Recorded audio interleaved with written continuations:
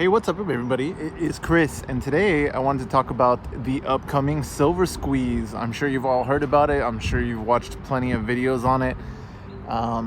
The thought process is that if you buy physical silver, it's gonna somehow drive the price up, drive spot up on the COMEX, and basically force them to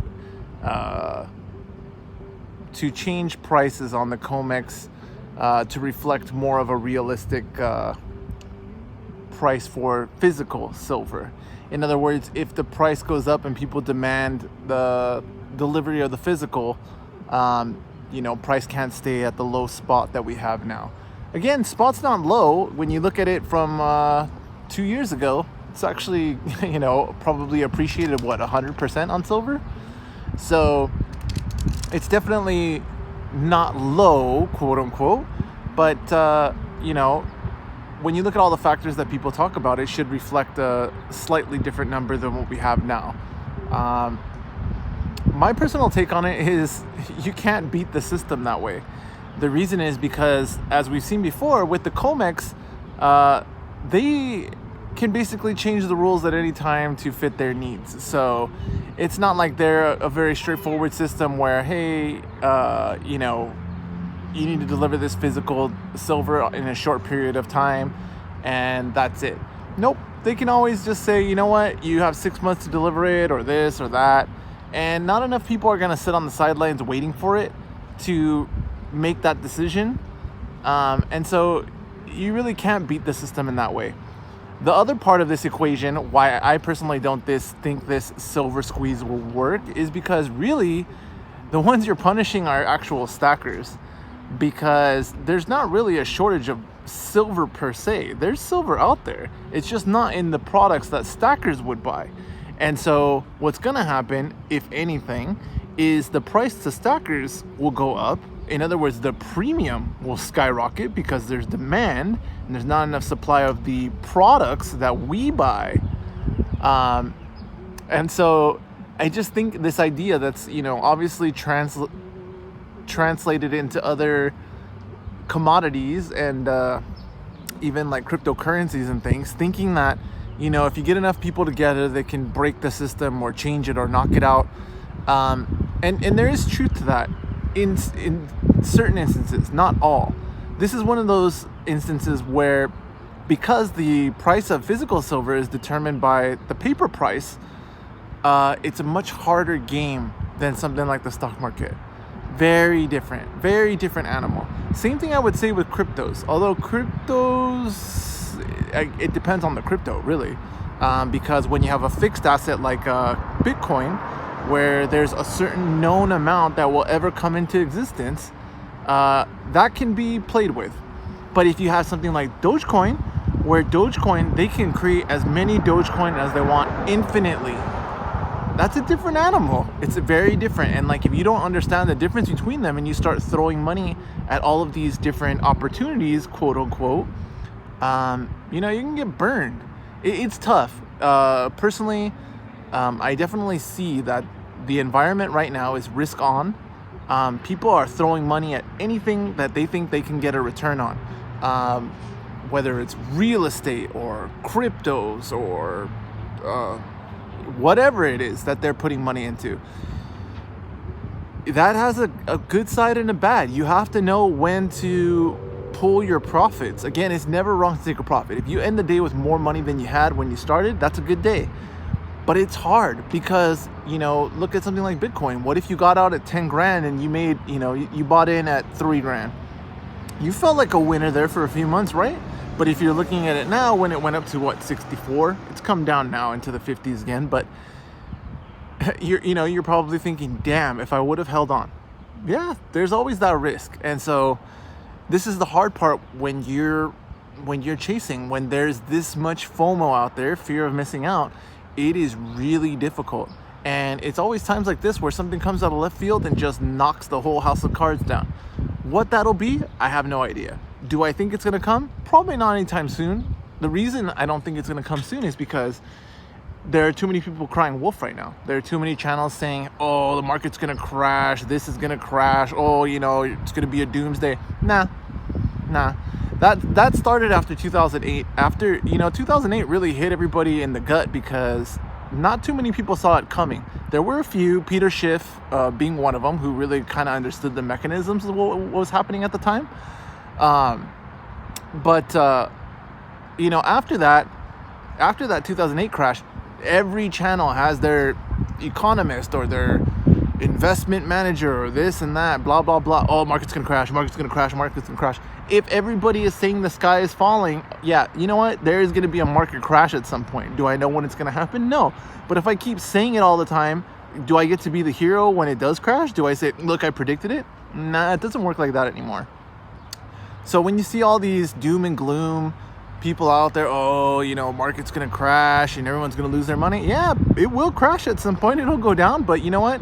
If you got some dry powder on the sidelines waiting to go, to add more to your positions or to buy up other people's tough luck, you're gonna be the winner. So you kind of have to really pick your battles in a time like this. You can't just shotgun your money into all kinds of different things thinking, all right, one of these is gonna hit. It could, but you know what? Like, the reality is, if you're losing 9 out of 10 and the one that you do win on isn't, a Bitcoin success story, you're just not getting anywhere. So where that comes into this whole silver squeeze thing is, again, that game is a very controlled game. You're going into a casino game where the house has the edge. The house has thought of it all. And unless you were actually cheating the system, which they're not, they're trying to play by the rules and manipulate the system, you're not going to win, especially in the long run. You're just kind of punishing yourself. You can have the big wins, you can go on a run and, make some money, but if you keep playing thinking that that's the way the game's going to go, you'll give it all back. So my personal take on the May 1st silver squeeze is that it's kind of a joke. It's not going to really do anything. And if anything, the big bullion dealers will do exactly what they did last time they heard about this kind of thing. Send out the nice email or have the disclaimer on their website saying, hey, we're experiencing large demand and blah, blah, blah. We're going to cancel your order. They can do whatever they want. And you have no recourse against them. That's the hard part. There's no recourse here. Who are you, who are you trying to prove a point to? They are the ones in control, not you, the individual buyer. And like I said, at the end of the day, if you raise prices, it's not going to be the spot price you raise. It'll be the premium, because you're driving up demand for something there's no supply of. And, it's going to go to the highest bidder, whoever's going to pay for it. But like I said, there's no shortage of physical silver. There's silver there. There's plenty of silver there. It's a matter of, is anyone selling it, first of all? And then second, is it in the products that a stacker would buy? That kind of stuff. So, yeah, I think that the silver May 1st silver squeeze is going to be a big joke. And, I think, like I said, in the end, it just really punishes stackers. Because once that kind of stuff starts happening, those games start happening, then you've just priced in more premium to the people who are buying the very thing you're trying to get a hold of. Unless, think of it this way. Look at something like Bitcoin. What if you had a Bitcoin and you bought in at 10 grand, right? Let's say it went to 100,000 overnight and you didn't know. You had no clue. You were asleep. You had no idea. Then by the time that you woke up, it was back down at 10,000. Are you going to tell everybody that it went to 100,000 and how they should, that it's the biggest thing? And no. I mean, if anything, you would definitely have some serious regrets about why you weren't up at 2 a.m. when it skyrocketed and you could have got rid of it. It's one of these things that, you know what? The system is very manipulated. Many of these systems are manipulated. People are becoming more and more aware of it. But again, this is one of those times where if you start getting into stacking, you start throwing your money at everything, even if it's physical gold and silver, back when the prices were half of what they are now, it may have been the time to buy, because I really don't think prices are going back down there. What people don't get about this situation, if you take nothing else from this video, take this. What people don't realize about what's going on right now, it's not the value of these assets appreciating. It's not like the housing market, oh my God, these houses are worth so much more than they were a year or two. No. It's the currency that's losing its purchasing power. That's it. That is it. So people who think they're a genius because look at this great neighborhood, I bought this investment property. You could have bought a garbage property in a garbage place and it's worth more than what it was a year ago or 2 years ago. So it doesn't make you a genius. Something like cryptocurrencies, you know what? For the people who've held it since the beginning and we're telling everybody this is the next big thing, kudos to them. Kudos to them. Even the people who were smart enough to get on board, you know, during the crash last March, kudos to them. You're smart. You are smart. And I hope you bought enough where you can keep a few and still, you know, sell some and capture some profit. But things like this, the May silver squeeze, are just kind of a joke. And I think it's really people who just don't understand how the mechanism works and how the game is played. And it's not an easy thing to understand. It's a very difficult concept to wrap your head around. Like, it's very inverted. Where else does, you know, the value of an asset draw its price from the value of a paper derivative? Nothing. Metals is, or maybe not nothing, but very few things. And so a few commodities, I would say. I apologize. A few commodities do act like that. But the only people who are going to get punished if the silver squeeze does work, which I don't think it will, and I'll be the first one to say I was wrong if it does work, if it does do something. But the first ones to suffer are going to be stackers, people who actually buy the physical gold and silver, because the spot price is probably going to remain the same with the premiums just going through the roof and the supply of stuff just not being there.